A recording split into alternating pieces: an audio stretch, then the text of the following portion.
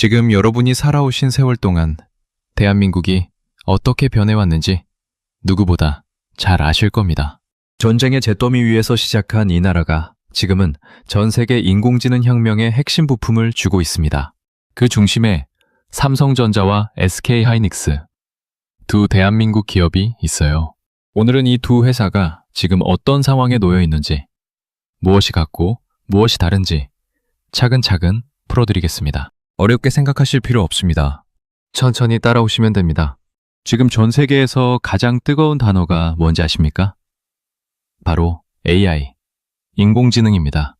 챗 GPT에 질문을 하거나 AI가 그림을 그리거나 병원에서 AI가 병을 진단하는 것, 이 모든 게 어마어마한 양의 데이터를 초고속으로 처리해야 가능한 일이에요. 그런데 그 데이터 처리를 담당하는 핵심 부품이 바로 메모리 반도체. 그 중에서도 HBM이라는 특수 메모리입니다. HBM은 고대 역폭 메모리라고 부르는데요. 쉽게 말씀드리면 이렇습니다.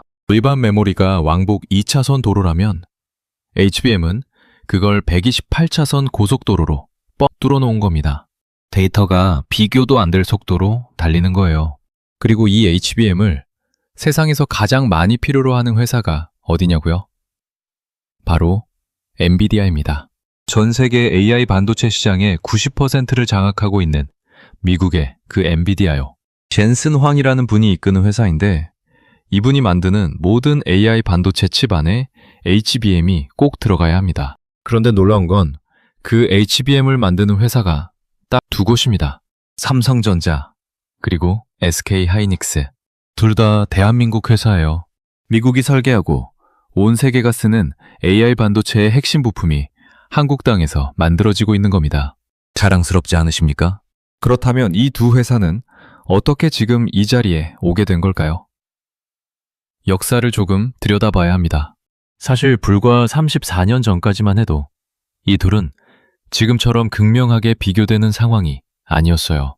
둘 다 세계 최고의 메모리 반도체 기업으로 나란히 달리고 있었거든요. 그런데 2023년을 전후로 결정적인 순간이 찾아옵니다.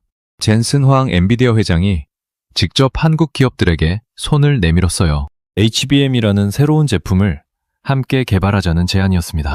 당시 삼성전자는 이재용 회장에 대한 사법 리스크가 극심했고 경영진 누구도 장기적인 의사결정을 제대로 내리기가 어려운 상황이었습니다. 결국 젠슨 황은 삼성전자에서 제대로 된 대화 상대를 찾지 못했고 그 손을 SK하이닉스 쪽으로 돌렸습니다. 이 결정 하나가 이후 수년간 두 회사의 운명을 완전히 갈라놓게 됩니다.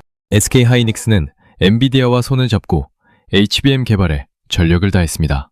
그 결과 5세대 HBM인 HBM3E를 가장 먼저 엔비디아에 납품하는 데 성공했어요.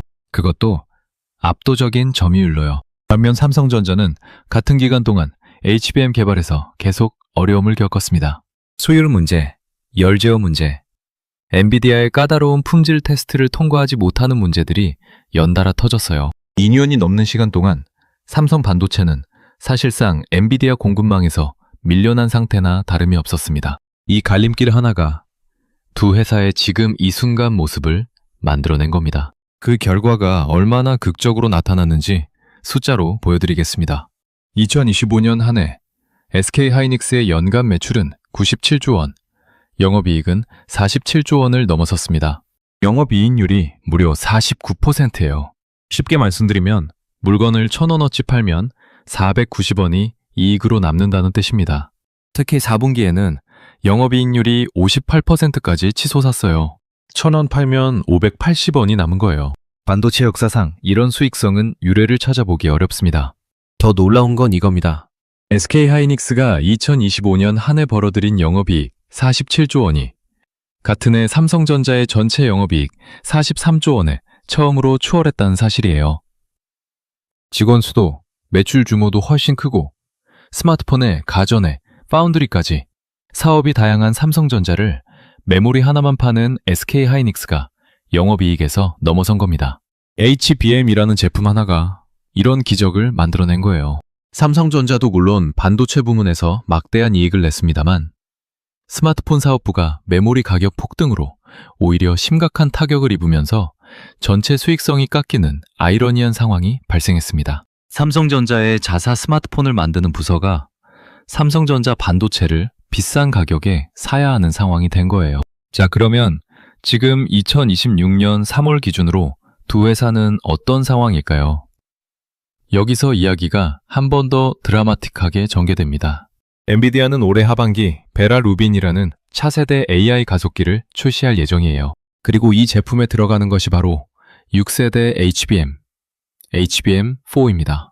그런데 이 HBM4 시장에서 놀라운 일이 벌어지고 있어요. 삼성전자가 먼저 움직인 겁니다.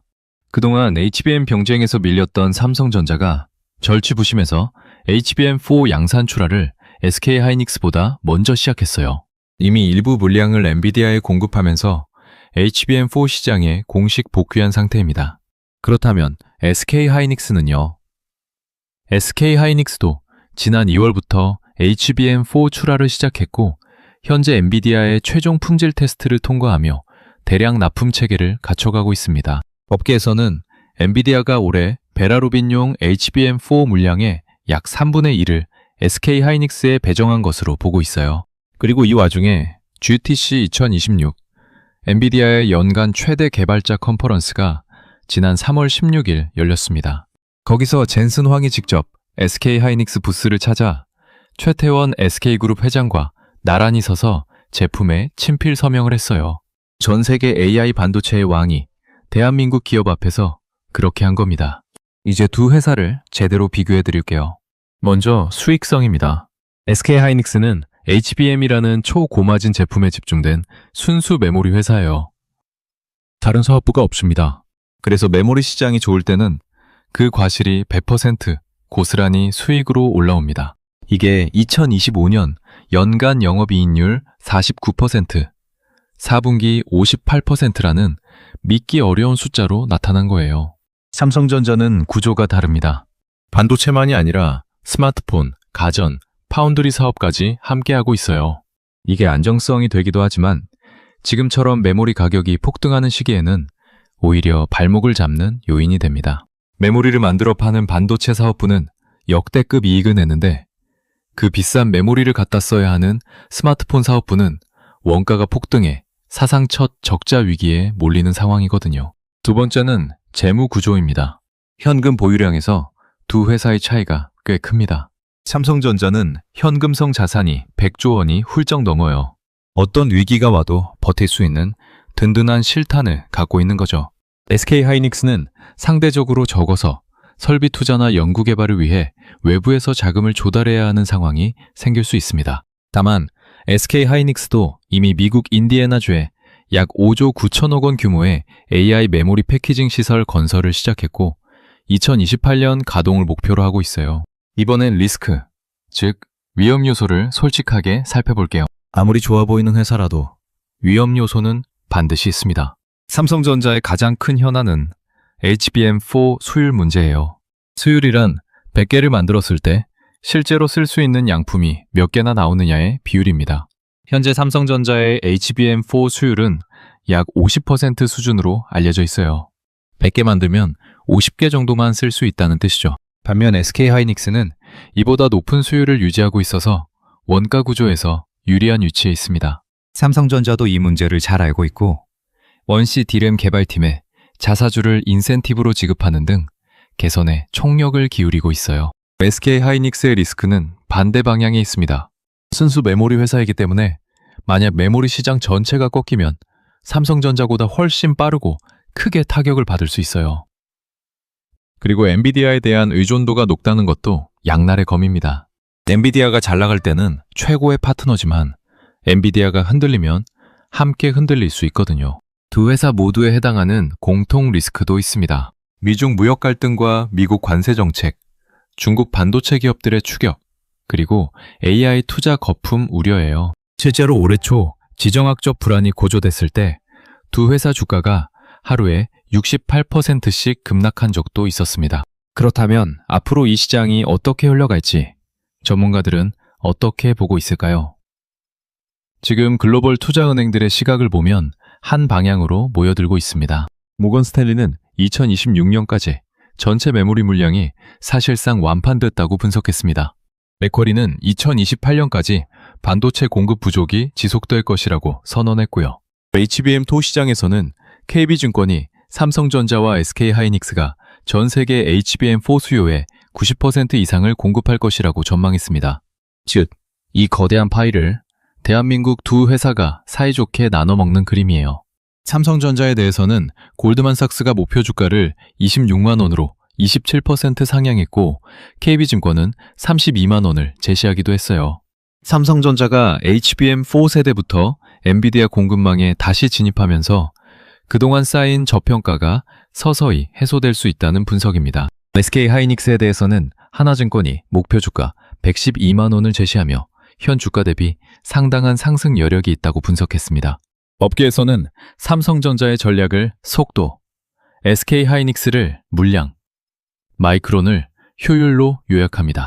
그리고 지금은 속도와 물량을 모두 갖춘 두 한국 기업이 시장을 주도하고 있는 거예요. 마지막으로 전체 그림을 정리해드리겠습니다. 삼성전자와 SK하이닉스 두 회사는 같은 반도체 기업이지만 성격이 꽤 다릅니다. SK하이닉스는 HBM이라는 최고 마진 제품에 집중된 순수 메모리 플레이어예요.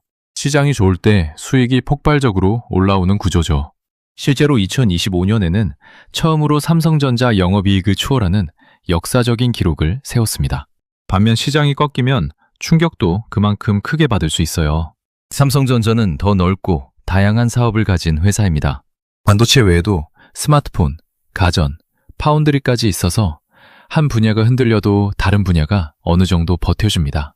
100조 원이 넘는 현금 자산은 어떤 위기가 와도 살아남을 수 있는 든든한 방어막이에요. HBM2 시장에 공식 복귀하면서 그동안의 저평가가 해소될 가능성도 주목받고 있습니다. 중요한 건 딱 하나입니다. 어떤 선택이든 그 이유를 본인이 명확하게 알고 있어야 한다는 거예요. 주변에서 사니까, 왠지 오를 것 같으니까. 이런 이유로는 부족합니다. 어떤 회사인지, 무엇으로 돈을 버는지, 어떤 위험이 있는지를 이해한 다음에 판단하셔야 합니다. 그리고 주식 투자는 항상 여유 자금으로 분산해서 하시는 것이 기본 중에 기본이라는 점도 꼭 기억해 두시길 바랍니다. 오늘 이 내용이 조금이나마 도움이 되셨기를 바랍니다.